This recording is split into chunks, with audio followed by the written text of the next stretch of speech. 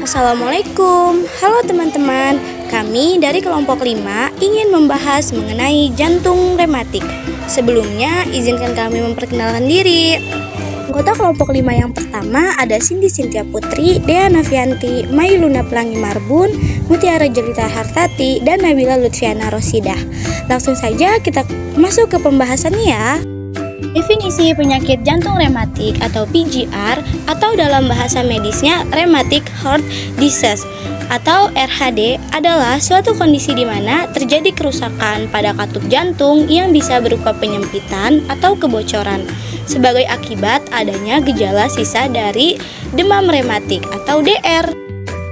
Etiologinya, penyakit jantung rematik disebabkan oleh demam rematik yang tidak tertangani. Demam rematik sendiri dapat disebabkan oleh infeksi bakteri Streptococcus grup A atau Streptococcus pyogenes atau demam scarlet. Infeksi tersebut menyebabkan tubuh menghasilkan respon sistem kekebalan yang menyerang jantung. Nah, ini adalah gambar patofisiologi jantung rematik dan berikut penjelasannya. Patofisiologi penyakit jantung rematik terjadi sebagai komplikasi dari infeksi faring oleh Streptococcus grup A yang kemudian menimbulkan reaksi inflamasi dan reaktivitas silang antara protein bakteri dan jaringan jantung yang bermanifestasi sebagai demam rematik akut. Demam rematik akut merupakan reaksi hipersensitivitas tipe 2, di mana reaksi imun yang terjadi dimediasi oleh interaksi antigen-antibodi. Terdapat kemiripan molekuler antara protein M dari Streptococcus dengan protein alfa helix jantung, seperti miosin, tropomiosin, keratin, laminin, vimentin, dan endotel katup, sehingga sistem imun mengenali memikri molekuler tersebut sebagai autoantigen.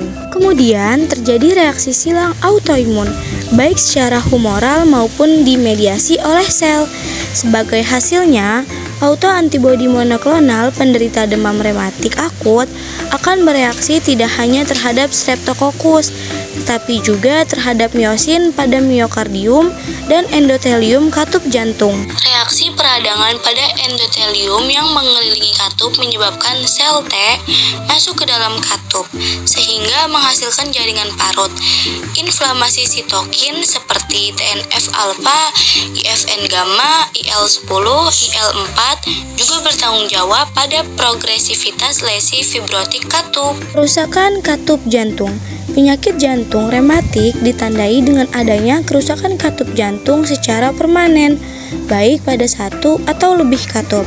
Pada kondisi akut, katup mengalami inflamasi dan edema ringan, sedangkan pada kondisi kronis, katup akan mengalami penebalan dan fibrosis. Sekitar 50-60% kasus penyakit jantung rematik berdampak pada katup mitral, 20-30% mengenai katup aorta, dan hanya 10% berdampak pada katup trikuspid atau pulmonal. Kelainan katup yang sering terjadi adalah fusi komisura yang mengakibatkan stenosis katup mitral. Selain itu, dapat terjadi juga lesi fungsional seperti regurgitas katup mitral dan regurgitas katup aorta. Jika tidak ditangani dengan baik, kondisi ini dapat berkembang menjadi gagal jantung kongestif. Manifestasi klinis. Gejala klinis dari penyakit jantung rematik bisa berupa: yang pertama, gejala kardiak. Gejala kardiak terbagi menjadi 4, yakni kelainan pada bunyi jantung, gagal jantung, radang pada selaput jantung, dan radang pada jantung yang merupakan komplikasi paling serius dan kedua paling umum dari demam rematik.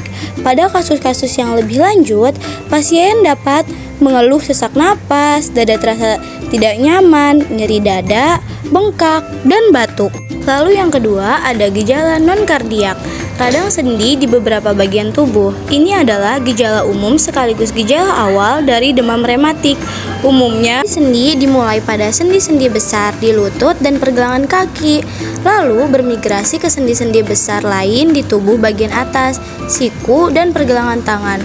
Sendi yang terkena akan terasa sakit, bengkak, dan terasa hangat, dan kemerahan dengan gerakan terbatas. Gejala ini mencapai puncaknya pada waktu 12-24 jam dan bertahan dalam waktu 2-6 hari, serta berespon sangat baik dengan pemberian obat aspirin. Gejala ini lebih mudah muncul bila penderita sering dalam keadaan stres. Komplikasi yang sering terjadi pada penyakit jantung rematik atau PJR diantaranya adalah gagal jantung, pankarditis atau infeksi dan peradangan di seluruh bagian jantung, pneumonitis rematik atau infeksi paru, emboli atau sumbatan pada paru, kelainan katup jantung, dan infark atau kematian sel jantung. Selanjutnya ada pemeriksaan diagnostik. Pemeriksaan diagnostik terbagi menjadi 5. Yang pertama, tes darah. Tes darah digunakan untuk menghitung kadar sel darah putih yang dapat menandakan infeksi atau peradangan. Lalu yang kedua ada foto ronsen dada.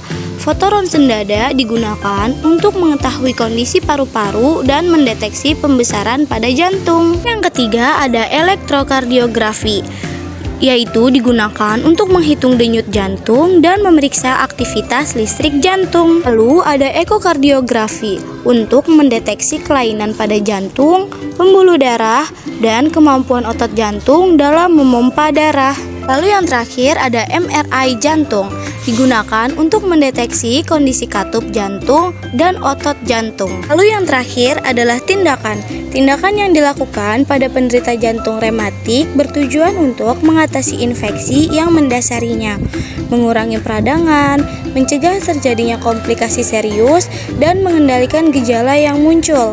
Beberapa cara mengobati jantung rematik sebagai berikut. Yang pertama, ada pemberian antibiotik. Dokter akan meresepkan antibiotik untuk mengobati infeksi tenggorokan yang mendasari penyakit ini dan mencegah penyebaran bakteri yang dapat merusak jantung. Yang kedua, ada pemberian obat penenang jantung. Jika kerusakan katup jantung tergolong parah, dokter mungkin akan meresepkan obat golongan beta blocker untuk membantu mengurangi detak jantung yang tidak normal dan menurunkan tekanan darah tinggi. Dan yang ketiga adalah operasi. Dalam beberapa kasus yang parah, pembedahan mungkin diperlukan untuk memperbaiki atau mengganti katup jantung yang rusak.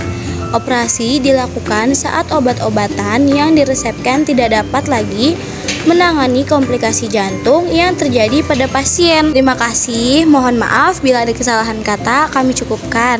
Wassalamualaikum warahmatullahi wabarakatuh.